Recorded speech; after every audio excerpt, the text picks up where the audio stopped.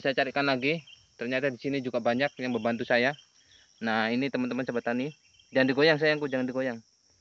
Nah, kelihatannya itu sangat mengkilat badannya. Lagi. Mengkilat, jadi warnanya lebih cerah ya. Itu yang memakan kutu-kutuan daunnya. Ternyata aplikasi dari nutrisi saya itu dapat mengundang datangnya predator alami ya, yaitu pengendali hama, sahabat petani. Oke, selamat pagi sahabat tani, salam sejahtera untuk kita semua dimanapun Anda berada. Di kesempatan pagi kali ini saya akan melakukan penyepraian sekaligus pemupukan melalui kocor ya. Dan di sini akan saya tambahkan nutrisi untuk penyepraian yaitu asam amino, mol bonggol pisang, dan pestisida nabati ya. Nah, kenapa di pagi hari saya spraykan pestisida nabati? Itu sebagian ada yang terserang kutu daun dan udah lumayan banyak ya kutu daunnya.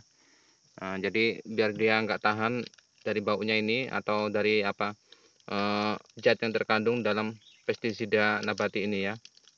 Jadi diselang-seling. Jadi dalam 1 bulan itu 1 kali pagi, 3 kali petang menjelang maghrib itu ya. Nah, itu lebih bagus. Oke, kenapa saya tambahkan ini untuk asam amino, yaitu untuk mencegah kerontokan bunga calon buah ya. Jelas ya teman-teman sahabat tani, karena ini asam amino saya buat dari bekicot, berbahan bekicot yang saya ikutkan cangkangnya, karena cangkangnya sendiri mengandung kitin dan juga senyawa karbonat dan juga senyawa kalsium karbonat ya, yang bisa untuk mencegah kerontokan pada bunga ya. Terus ini untuk mensupport biar tambah banyak tunasnya ya, mol bonggol pisang ini. Terus ini udah saya jelaskan tadi ya, untuk anti hama begitu aja ya. Nah, untuk dosisnya dosis airnya saya kasih 5 liter ya. Terus dosis asam aminonya ini udah saya campur tadi, saya jelaskan aja. Dosis asam amino saya kasih 20 cc. Terus ini 20 cc mol bonggol pisang, dan pestisida nabatinya saya kasih 40 cc ya.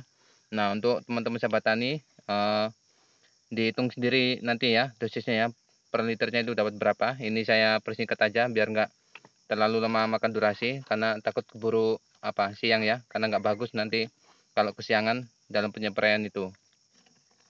Oh ya, buat teman-teman sahabat tani yang baru bergabung di channel saya ya, kalau mau bikin asam amino ya, itu dilihat aja di video saya asam amino yang berbahan bekicot ya.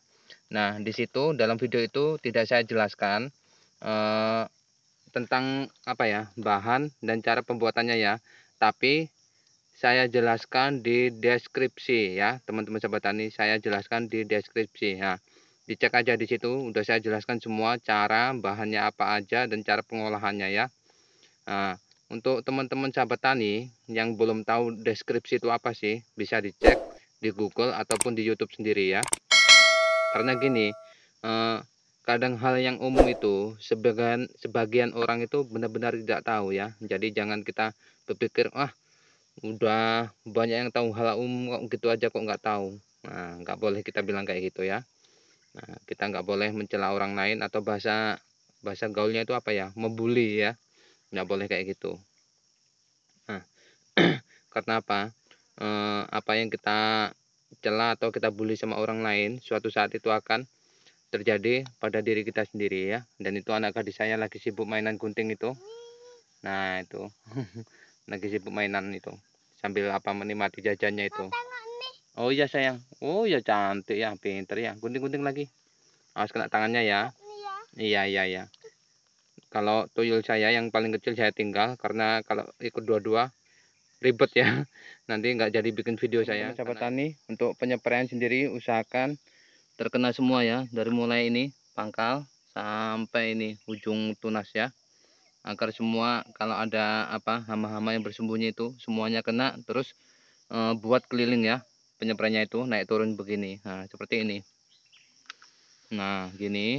Nah, naik turun ya. Nah, kita kelilingi. Nah, begitu. Oke, kalau gitu biar saya lanjut dulu. Oke, teman-teman sahabat tani, untuk penyepraian sendiri sudah selesai. Sekarang kita beralih ke pemupukan melalui kocor ya. Dan di sini sudah saya masukkan yaitu urea sama KCl ya. Untuk dosis ureanya setengah on ya, setengah on. Terus KCl-nya 3 on setengah. Dan di sini ada TSP yang udah saya campur air, saya rendam 1 malam. Saya campuri larutan mol bonggol pisang ya. Tujuannya agar kandungan fosfat yang terkandung di dalam TSP tersebut bisa cepat larut bersama air ya, begitu ya. Oke, kita tuang sini sayangku. Oke, kita tuang. Dan untuk TSP-nya sendiri dosisnya itu 4 on setengah ya. 4 on setengah. Terus dosis airnya itu 12 liter ya. Jadi saya ulangi, dalam dosis air 12 liter itu TSP-nya 4 on setengah, KCl-nya 3 on setengah, dan ureanya setengah on ya. Karena apa? Itu adalah udah mulai masuk masa generatif ya, udah berbunga dan sebagian udah mulai muncul buah ya. Jadi untuk mensupport bunga atau calon buah itu lebih banyak lagi, begitu ya. Oke, biar saya lanjut untuk penambahan airnya. Oke, teman-teman sahabat tani, ini pupuknya udah saya tambahkan air dan saya udah aduk agak lama tadi ya. Tujuannya agar unsur hara yang terkandung di dalam pupuk itu benar-benar larut bersama air ya. Dan untuk dosis sendiri saya memberikan 200 cc per pohon ya, atau per batang. Nah seperti ini contoh. Nah karena ini gelas takar ukuran 200 ml ya, atau 200 cc. Ini contoh. Nah oke, biar saya lanjut.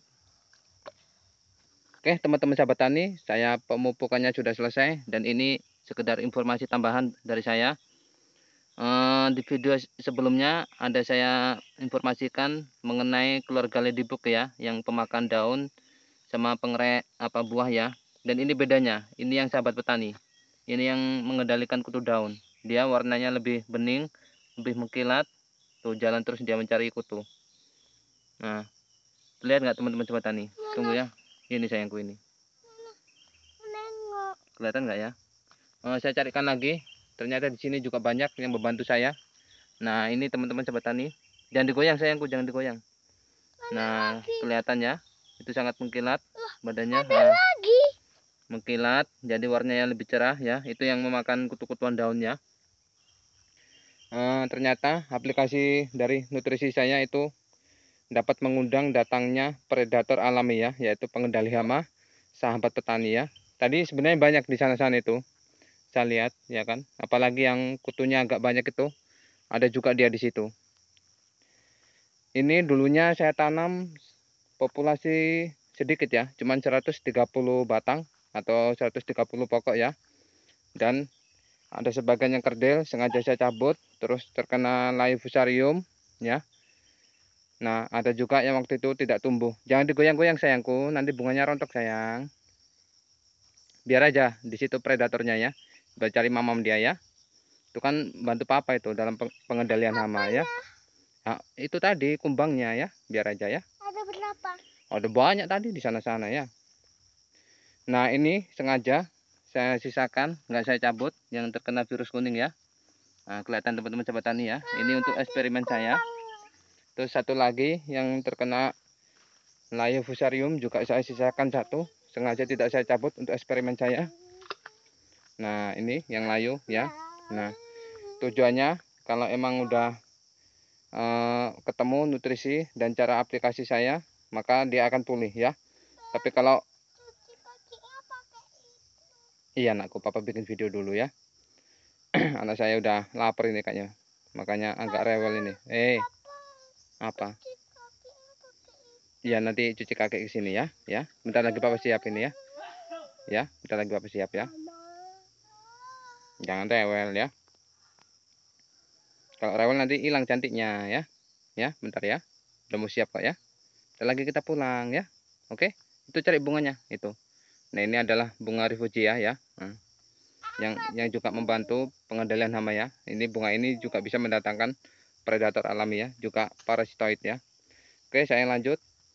Jadi nanti kalau seumpama ini gagal nutrisi saya tetap tidak bisa pulih, tetap mati ya. Nanti kedepannya akan saya perbaiki lagi cara peracikan atau bahan-bahan nanti saya cari lagi untuk apa bisa mengendalikan layu fusarium sama itu ya, virus kuning yang ada di sana itu. Jadi dalam populasi 130 batang itu tersisa cuman 74 ini semua ya. Nah, 74 batang. Nah, kemarin di video saya sebelumnya saya bilang nanti paling-paling sisanya antara 40 sampai 50 pokok itu hitungan saya yang betul-betul sehat ya. Yang kayak gini sehat. Terus kayak gini itu sehat. Jadi yang kerdil kayak gini, kerdil terus yang terkena apa itu virus kuning sama yang pokoknya yang kerdil lah pertumbuhannya itu nggak saya masukkan hitungannya, saya anggap itu udah nggak ada gitu aja. Jadi yang saya hitung itu sisanya antara 40 sampai 50 batang atau pokok ya. Ya syukur-syukur sisa 74 batang ini masih tersisa 60 sampai 70 malah lebih bagus lagi ya. Oke teman-teman sahabat tani, bagi petani polybag atau petani rumahan yang masih punya 1-2 polybag, jangan ragu, jangan minder, jangan malu ya. Yang penting terus bereksperimen ya, terus melakukan hal-hal yang terbaik. Terus mengenai tadi yang saya bilang jangan mencela orang lain atau membuli ya bahasanya ya.